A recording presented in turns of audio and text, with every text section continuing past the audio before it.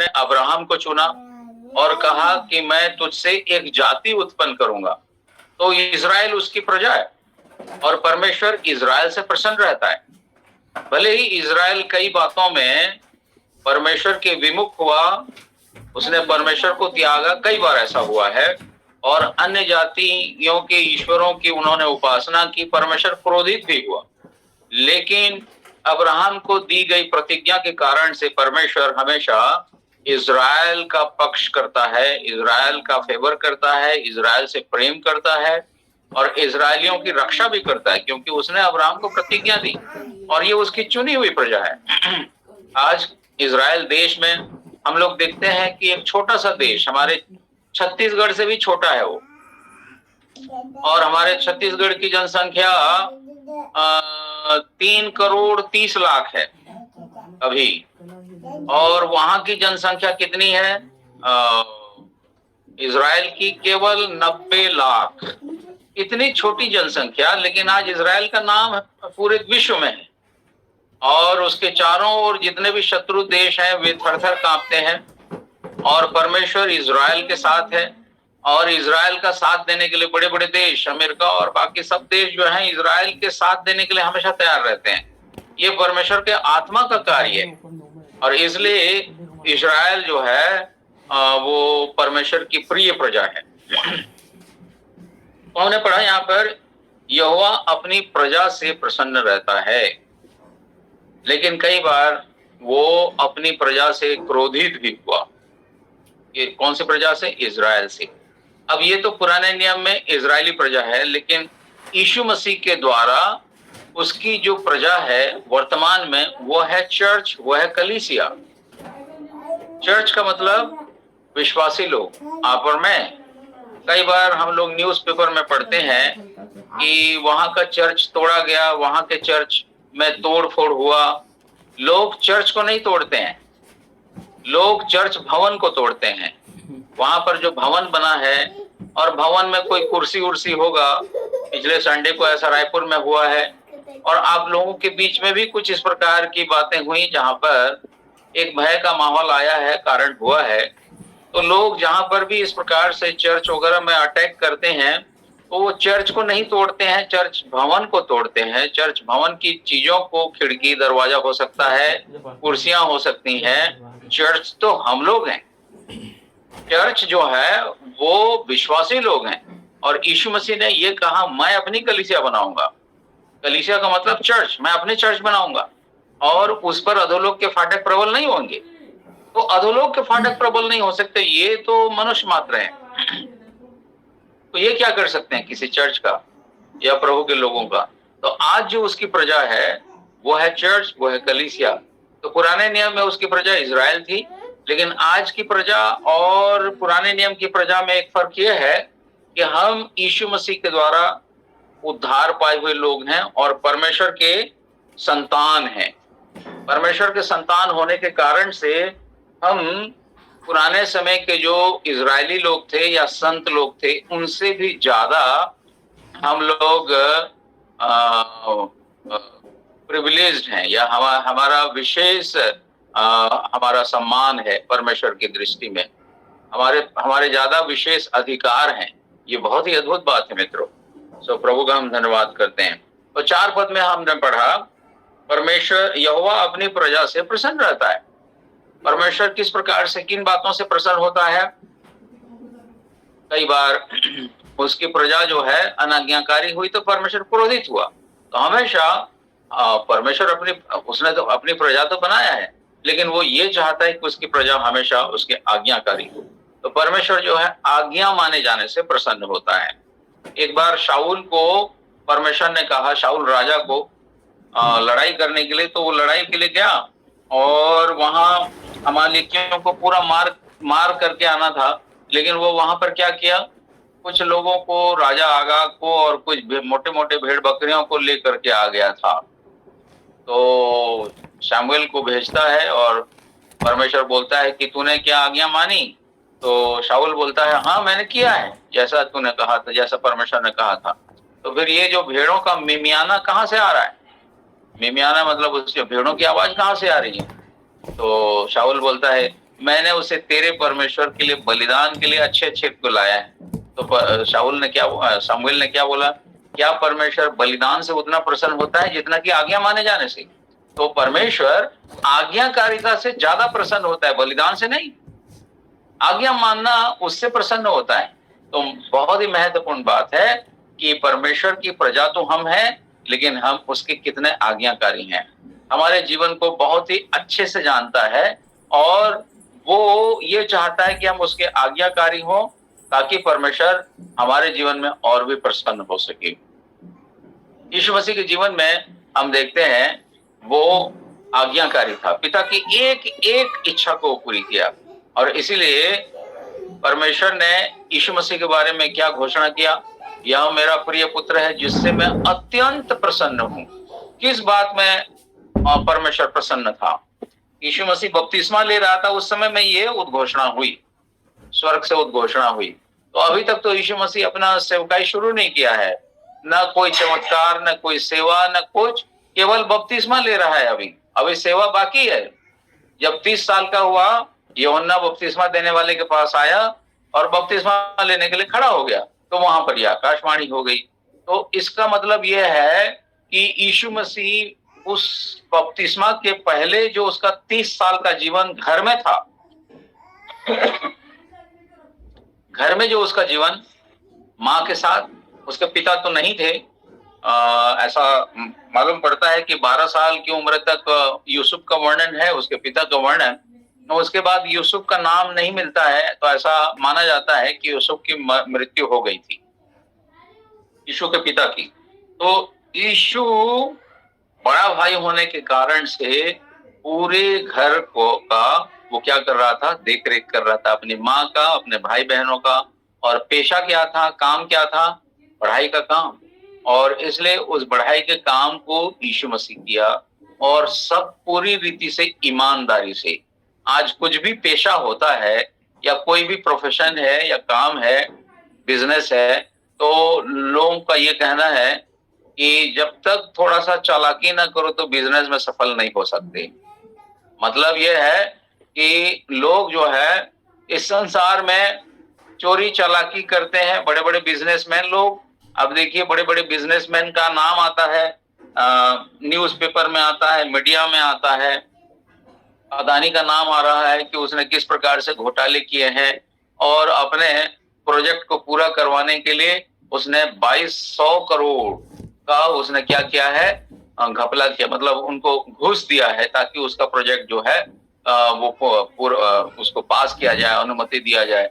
ये बात जो है अमेरिका के लोग उसके कंपनी में इन्वेस्ट किए थे, पैसा डाले थे। तो ये बात जो है अमेरिकन गवर्नमेंट को मालूम हो गया, तो अदानी के ऊपर में केस चल रहा है और अदानी को गिरफ्तारी का वारंट दिया गया है अमेरिका की तरफ से। तो देखिए किस प्रकार से बड़े बड़े लोग हर प्रकार के अंधकार के कामों में लिप्त हैं, सिर्फ पैसे के चक्कर में। और परमेश्वर इन सब बातों को जानता है। तो नौकरी पेशा में भी लोग चोरी चालाकी करते हैं, बिजनेस में चोरी चालाकी करते हैं। और कोई भी जो बिजनेस में बढ़ रहा है या किसी रीति से जल्दी से बढ़ रहा है, मतलब वो कहीं ना कहीं क्या कर रहा है, वो कोई ना कोई चोरी चालाकी का काम कर रहा है, और इस प्रकार से वो बिजनेस में बढ़ते हैं। तो परमेश्वर सबको जानता है कि कहां से किस प्रकार की बातें हो रही हैं, और तब परमेश्वर उन बातों से प्रसन्न नहीं होता है ना। कोई मान लो बहुत पैसा कमा लिया और जाकर के दान दे रहा है, उससे प्रसन्न नहीं होगा। परमेश्वर इस बात से प्रसन्न होगा कि हम कितने उसके आज्ञाकारी हैं सब बातों में। तो मित्रों, ये बहुत ही महत्वपूर्ण बात है कि परमेश्वर अपनी प्रजा से प्रसन्न रहता है, लेकिन प्रसन्न होने का कारण है उसकी आज्ञाकारिता। आप कितने आज्ञाकारी हैं, परमेश्वर उतना प्रसन्न होगा। कई बार हमारे जीवन में हम लोग कई बार समझौता कर लेते हैं। हमारे जीवन में कई परेशानी आती है और हम भयभीत हो जाते हैं या परमेश्वर को महिमा नहीं दे पाते हैं। तो परमेश्वर उन बातों से प्रसन्न नहीं होता। परमेश्वर जो है आज्ञा माने जाने से प्रसन्न होता है। परमेश्वर विश्वास से प्रसन्न होता है ना। इब्रानियों की पत्री में हम पढ़ते हैं, बिना विश्वास के परमेश्वर को प्रसन्न करना अनहोना है। तो विश्वास का मतलब विश्वास में स्थिर रहना। कई बार हम लोग विश्वास करते हैं लेकिन कोई परिस्थिति आती है और तब उसके बाद विश्वास में डगमगा जाते हैं, तो परमेश्वर इस बात से प्रसन्न नहीं होता, है ना। दानियल की पुस्तक में हम पढ़ते हैं किस प्रकार से वो यहूदी जवान लोग विश्वास में स्थिर थे और राजा को उन्होंने चैलेंज किया। शद्रक, मेशक और अबेदनगो ने कहा, हम भले ही तुम हमें जला दो, लेकिन आग की भट्टी में डाल दो, लेकिन हम जीवते परमेश्वर के मानने वाले हैं, तुम्हारे मूर्ति के सामने नहीं झुकेंगे। तो इस बात से परमेश्वर को महिमा मिलती है, परमेश्वर इस बात से प्रसन्न होता है। परमेश्वर को प्रसन्न करना कितनी बड़ी बात है। यीशु मसीह ने पिता को प्रसन्न किया, और यीशु मसीह के बारे में ये लिखा गया है कि यीशु मसीह बोलता भी था, जो भी बोला वो भी परमेश्वर की ओर से था, और हर एक काम जो कुछ भी किया परमेश्वर पिता की अनुमति से, जैसा वो देखता था परमेश्वर को करते हुए वैसा ही वो करता था। तो इस बात से परमेश्वर प्रसन्न था। तो प्रसन्न होने का जो मुख्य कारण है परमेश्वर का, वो है आज्ञाकारिता, आज्ञा मानना, पिता की इच्छा को पूरी करना। तो यहाँ पर हम पढ़ रहे हैं चौथा पद में 149 के 4 में, यहोवा अपनी प्रजा से प्रसन्न रहता है, लेकिन कौन सी प्रजा से? जो उसकी आज्ञाकारी है। हम आत्मिक प्रजा हैं। इज़राइल जो है उसकी एक शारीरिक प्रजा है, लेकिन हम आत्मिक प्रजा है, और यहाँ तक कि हम उसके संतान हैं, उसके बच्चे हैं, तो हम हमारे जीवन से वो प्रसन्न होता है। एक मन फिराने वाले पापी के विषय में क्या लिखा है वचन में? स्वर्ग में आनंद होता है। तो परमेश्वर प्रसन्न होता है जब एक व्यक्ति मन फिराता है। आप जब मन फिराए परमेश्वर प्रसन्न हुआ, और अब जब आप उसके संतान बन गए हैं तो आप जितना उसके आज्ञाओं को मानते हैं दिन प्रतिदिन, उनसे परमेश्वर प्रसन्न होता है। तो परमेश्वर प्रतिदिन प्रसन्न होना चाहता है हमारे जीवन में। तो ये हमारे लिए बहुत ही सुंदर बात है, और हमें आज्ञा मानने में सहायता करता है पवित्र आत्मा। पवित्र आत्मा हमारी सहायता करता है कि हम निरंतर परमेश्वर की आज्ञा मानने वाले हों, उसकी पवित्रता में बने रहने वाले हों, और परमेश्वर हमारे जीवन से प्रसन्न होना चाहता है। कितनी अच्छी बात है कि स्वर्ग का परमेश्वर हमारे जीवन से प्रसन्न होता है। यहाँ पर लोग हमें ना जानते हों, लेकिन परमेश्वर जानता है, वो हमारा पिता है, और वो हमारे जीवन से प्रसन्न होना चाहता है। देखिए उसके बाद क्या लिखा है 4 पद में, और वह नम्र लोगों का उद्धार करके उन्हें शोभायमान करेगा। नम्र लोगों का उद्धार करके वह उन्हें शोभायमान करेगा। बहुत ही सुंदर बात यहाँ पर लिखी हुई है। नम्र लोग मतलब कौन है नम्र लोग? यीशु मसीह ने कहा कि धन्य है वे जो मन के दीन है, क्योंकि स्वर्ग का राज उन्हीं का है। मन के दीन या नम्र होने का मतलब जो परमेश्वर की ओर से बातें आई उन बातों पर विश्वास करना और नम्रता से उसको ग्रहण करना। किसी प्रकार से कोई आर्ग्यूमेंट नहीं, लेकिन उस पर विश्वास करना और ग्रहण करना, यह है नम्र होना। परमेश्वर के सामने नम्र होने का मतलब उसके बातों को मानना और उसको ग्रहण करना। तो जो नम्र होते हैं, जब भाई वचन कहता है, यीशु मसीह ने कहा मन फिराओ क्योंकि स्वर्ग का राज निकट आया है। तो यो सदुकी और फरीसी जो यहूदी जो ये लोग थे, अगुए लोग थे, उन्होंने तो मन नहीं फिराया। उन्होंने क्या कहा? हमको मन फिराने की क्या जरूरत है, हम तो यहूदी धर्म के अगुए लोग हैं, हम लोग लोगों को शिक्षा देते हैं, तो हमको कहां से मन फिराने की जरूरत है। नम्र नहीं हुए।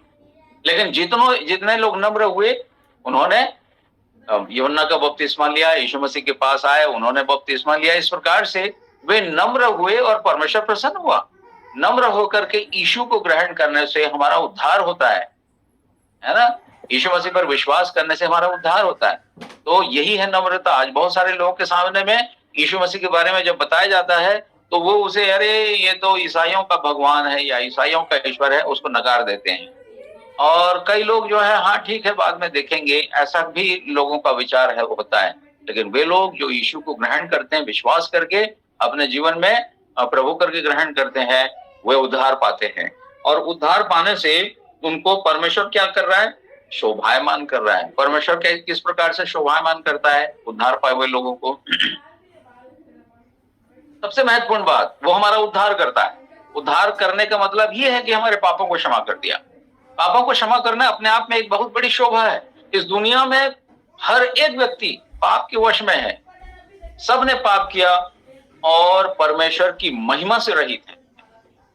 लेकिन एक व्यक्ति जो ही यीशु मसीह पर विश्वास करता है, परमेश्वर इसके पाप को क्षमा कर देता है। पापों की क्षमा अपने आप में परमेश्वर की ओर से दी गई एक शोभा है। और पापों की क्षमा, उद्धार मिल गया, पापों की क्षमा हो गई, अब वो पवित्र जन है। बाइबल में ऐसे लोगों के लिए संत शब्द इस्तेमाल हुआ है, संत, विश्वासी, संत। और साथ ही साथ वहां पर क्या लिखा गया है, मेरा धर्मी जन। तो हम, परमेश्वर हमें क्या करता है, धर्मी ठहराता है ना। रोमियो की पत्री 5:1 में लिखा है कि जब हम जब हम विश्वास से धर्मी ठहरे, और 5:9 में लिखा है जब हम उसके लहू से धर्मी ठहरे। तो हम विश्वास करते हैं और वो हमें क्या करता है, धर्मी ठहरा देता है। तो धर्मी ठहराया जाना अपने आप में एक शोभा है। इस दुनिया में कोई भी धर्मी नहीं, एक भी नहीं। हम वचन में पढ़ते हैं रोमियो के 3:10 में, कोई धर्मी नहीं, एक भी नहीं। लेकिन जो ही एक व्यक्ति यीशु मसीह पर विश्वास करता है, परमेश्वर उसको धर्मी बना देता है। इस दुनिया में बड़े बड़े लोग होंगे, लेकिन इन्होंने यदि यीशु मसीह पर विश्वास नहीं किया है तो वे धर्मी नहीं है परमेश्वर की दृष्टि में। लेकिन एक व्यक्ति जो ही यीशु मसीह पर विश्वास करता है, परमेश्वर उसको धर्मी बना देता है, और वो बाकी और सब लोगों से एकदम भिन्न परमेश्वर का संतान है और धर्मी व्यक्ति है। वो पवित्र है, परमेश्वर उसको पवित्र बना देता है, उसको पवित्र आत्मा देता है। पवित्र आत्मा का जो है, पवित्र आत्मा हमारे जीवन में आ जाता है। ये अपने आप में बड़ी बड़ी शोभा है। भाई, परमेश्वर हमारे जीवन में निवास कर रहा है, इससे बड़ी बात क्या हो सकती है। बाकी के जीवन में, बाकी लोगों के जीवन में जिन्होंने यीशु मसीह पर विश्वास नहीं किया, अंधकार का राज्य है, शैतान के कब्जे में है, और किस प्रकार से उनके जीवन में अंधकार के काम होते हैं। लेकिन हमारे जीवन में पवित्र आत्मा का निवास होता है, और पवित्र आत्मा हमारी सहायता करता है कि हम प्रभु यीशु मसीह के समान बनते जाएं। कितनी बड़ी बात है कि प्रभु यीशु मसीह में हमें हमारा उद्धार देकर के वो क्या कर देता है, हमें शोभायमान कर देता है। प्रभु का हम हृदय से धन्यवाद करते हैं ऐसे महान कार्य के लिए जो प्रभु यीशु मसीह हमारे जीवन के लिए कर रहा है, परमेश्वर पिता हमारे लिए कर रहा है। तो मित्रों, हमारे जीवन में उद्धार के द्वारा वो क्या कर रहा है, हमें शोभायमान, है ना। उद्धार के द्वारा हम परमेश्वर के संतान बन रहे हैं, ये अपने आप में एक बड़ी शोभा है। बाकी लोग नहीं है परमेश्वर के संतान, लेकिन जो यीशु मसीह पर विश्वास किया, परमेश्वर के संतान बन गए, पवित्र किए गए, धर्मी ठहराए गए, पवित्र आत्मा उनको दिया गया है। बहुत ही अद्भुत बात। तो इस प्रकार से परमेश्वर शोभायमान करता है। अब उसके बाद हम थोड़ा आगे देखेंगे, उसी 149 में 6 पद में 5 पद में, भक्त लोग महिमा के कारण प्रफुल्लित हों। जो महिमा दी गई है उसके लिए क्या हो, प्रफुल्लित हों। कई बार हम लोग बाहरी परिस्थिति जो लोग सताते हैं उसके कारण से हम लोग निराश होते हैं। हाँ, निराशा की बात तो है, शरीर में है, कई बार दुख लगता है। लेकिन यहाँ पर हमारे लिए वचन कहता है, भक्त लोग महिमा के कारण प्रफुल्लित हो, आनंद मनाएं, और अपने बिछौनों पर भी बड़े बड़े जय जयकार करें। देखिए कितनी बड़ी बात है, बिछौने पर भी बड़े बड़े। कई बार हमको परेशानी जो होती है तो रात में नींद नहीं आती है, या चिंता लगी रहती है। नहीं, वचन बोल रहा है भक्त लोग, आप भक्त हैं, हम भक्त हैं, बिछौने पर भी पड़े पड़े क्या करें, जय जयकार करें। ये तो बहुत अद्भुत बात है। दुनिया चाहे जो कुछ भी करते रहे, शैतान हमारे पीछे पड़ा रहे, हमको सताने का काम करता रहे, हम बिछौने पर पड़े पड़े भी क्या करेंगे, जय जयकार करेंगे। क्योंकि प्रभु यीशु मसीह जयवंत हुआ है, शैतान को उसने हराया है। शैतान हमारा कुछ नहीं बिगाड़ सकता, वो हमें शारीरिक रूप से कष्ट दे सकता है, परेशान कर सकता है, लेकिन हमारा जो प्राण है यीशु मसीह में सुरक्षित है अनंत काल के लिए। तो ये प्रभु की बड़ी महिमा की बात है, हमारे लिए महिमा की बात है। प्रभु का धन्यवाद हो। और इसलिए 6 पद, उनके कंठ से परमेश्वर की प्रशंसा हो, है ना। गीत गा रहे थे तो हमारे कंठ से क्या होना चाहिए, परमेश्वर की प्रशंसा, और हम कर रहे हैं, बहुत ही अच्छी बात है। और क्या लिखा है, उनके हाथों में दोधारी तलवार रहे हैं। दोधारी तलवार क्या है, परमेश्वर का वचन। ये दोधारी तलवार हमेशा हमारे हाथों में रहे और हमारे दिल में भी रहे, है ना। मसीह के वचन को अपने हृदय में अधिकाई से बसने दो, है ना। कोई यदि आपका बाइबल छीन लेता है तो क्या होता है, कोई बात नहीं। कोई बाइबल को फाड़ दिया तो क्या हो गया, वो पुस्तक को फाड़ा है, परमेश्वर के वचन को थोड़ी फाड़ा है। परमेश्वर का वचन तो आपके दिल में है। चर्च तोड़ रहे हैं, चर्च भवन को तोड़ रहे हैं, चर्च नहीं तोड़ सकते। प्रभु यीशु मसीह ने चर्च को बनाया, पवित्र आत्मा ने बनाया, आप वो चर्च हैं, आपको नहीं तोड़ सकते, आपके विश्वास को नहीं तोड़ सकते, क्योंकि आप परमेश्वर के संतान हैं। मार भी देंगे उन लोग तो क्या होगा, आप तुरंत परमेश्वर के पास स्वर्ग राज के भागीदार हो जाएंगे, यीशु मसीह के साथ रहेंगे। ये बात है। वो तो कुछ नहीं कर सकते, छीन नहीं सकते। यीशु मसीह ने कहा, मेरी भेड़ें मेरा शब्द सुनती हैं, मैं उन्हें अनंत जीवन देता हूं और कोई उन्हें मेरे हाथ से छीन नहीं लेगा। यीशु मसीह हमें सुरक्षा देने वाला प्रभु है और उसने सुरक्षा दिया है। तो उनके कर्ण से परमेश्वर की प्रशंसा हो और उनके हाथों में दो धारी तलवार रहे। तो हमारे हाथों में मतलब परमेश्वर का वचन हमारे हाथों में रहे और हमारे जीवन में रहे, हमारे जीवन से प्रकट भी होना चाहिए। ठीक है, अब आगे क्या लिखा है 7 पद, कि वे जाति जाति से पलटा ले सकें। ये बड़ी बात है। परमेश्वर हमारे लिए इस बात को भी तय करके रखा है कि हम जाति जाति से क्या करेंगे, पलटा लेंगे। कब पलटा लेंगे और कैसे पलटा लेंगे? अभी तो बोल रहा है कि बुरा करने वालों के लिए क्या करो, प्रार्थना करो, सताने वालों के लिए प्रार्थना करो। लेकिन यहाँ पर बाइबल में ये बात भी आई है कि जाति जाति के लोग जो हमारे विरोध में, उनसे हम पलटा भी लेंगे बाद में, अभी नहीं, बाद में एक समय आएगा। कब है वो समय? देखिए, और राज के लोगों को ताड़ना दें। अरे ये बात भी परमेश्वर ने अपने प्रजा के लिए ठहराई है कि वे क्या करें, राज के लोगों को ताड़ना दे सके। ये कैसे होगा और कब होगा और कैसे होगा? आगे, और उनके राजाओं को साकलों से और उनके प्रतिष्ठित पुरुषों को लोहे की बेड़ियों से जकड़ रखें। ये तो बड़ी ताज्जुब की बात है। ये कलीसिया या चर्च के लिए ये बात ठहराई गई है कि राजाओं को साकलों से बांधेंगे और प्रतिष्ठित पुरुषों को लोहे की बेड़ियों से जकड़ रखेंगे।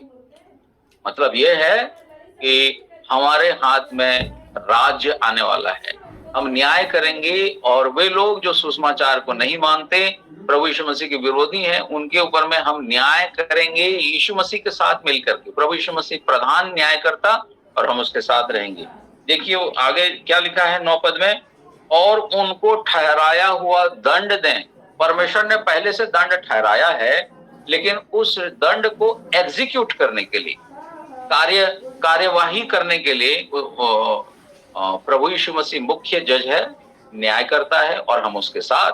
यीशु मसीह ने क्या कहा प्रकाशित वाक्य 3:21 में, जो जय पाए उसे मैं अपने साथ अपने सिंहासन पर बैठाऊंगा, जैसा मैं भी जय पा करके पिता के सिंहासन पर बैठा हूं। तो यीशु मसीह हमें सिंहासन पर ले जा रहे हैं। इसमें आज जय पाने की जरूरत है। जय पाने का मतलब किन बातों में जय पाना है? कई प्रकार के प्रलोभन आते हैं, वहां भी जय पाना है। कई प्रकार की परिस्थितियां आती हैं, हो सकता है भय डालने वाली परिस्थितियां, विरोध की परिस्थितियां, इसमें कहीं हम लोग डर तो नहीं जा रहे हैं? यहाँ पर हमने जय पाया कि नहीं? भय की परिस्थिति में जय पाया कि नहीं? या हम चिंता में डूबे हुए हैं? कुछ भी नहीं होगा। केवल हमें प्रभु के साथ बुद्धिमानी से और प्रभु के साथ हम चलते रहेंगे और हमारे लिए प्रभु ने वो स्थान रखा है कि हम एक दिन क्या करेंगे, उसके साथ राज्य करेंगे, है ना। तो यहाँ पर लिखा है उनको ठहराया हुआ दंड दें, और 9 पद में, और उसके सब भक्तों की ऐसी ही प्रतिष्ठा होगी। देखिए, प्रभु के लोग प्रभु यीशु मसीह के साथ राज्य करेंगे और उनकी प्रतिष्ठा कैसे होगी कि वे लोगों को जो प्रभु को नहीं मानते उनको ठहराया हुआ दंड देंगे, परमेश्वर की ओर से ठहराया हुआ दंड, लेकिन उसको एग्जीक्यूट करेंगे कौन? चर्च, कलीसिया, विश्वासी लोग। ये है परमेश्वर की प्रतिष्ठा जो हमें देने जा रहा है ना। दूसरा तीमुथियुस 2 के 12 में हम पढ़ते हैं, उसको जरा पढ़ेंगे। दूसरा तीमुथियुस 2 का 12, उसमें लिखा है, यदि हम धीरज से सहते रहेंगे तो उसके साथ राज्य भी करेंगे। तो आज हमारे लिए ये अवसर है कि जब परिस्थितियां हमारे प्रतिकूल हैं, विपरीत है, हम धीरज रखें और प्रभु की ओर ताकते रहें। और प्रभु ने हमारे लिए बहुत ही उत्तम स्थान और उत्तम बातें रखी हैं, तो हम धीरज रखे रहेंगे, एक दिन उसके साथ राज्य भी करेंगे, है ना। और इसलिए प्रभु इन बातों को समझने के लिए हमारी सहायता करे कि प्रभु जो है हमें प्रतिष्ठा देना चाहता है। प्रतिष्ठा के लिए उसने हमें चुना है और वो हमें मौका दिया है। लेकिन आज हमारा जो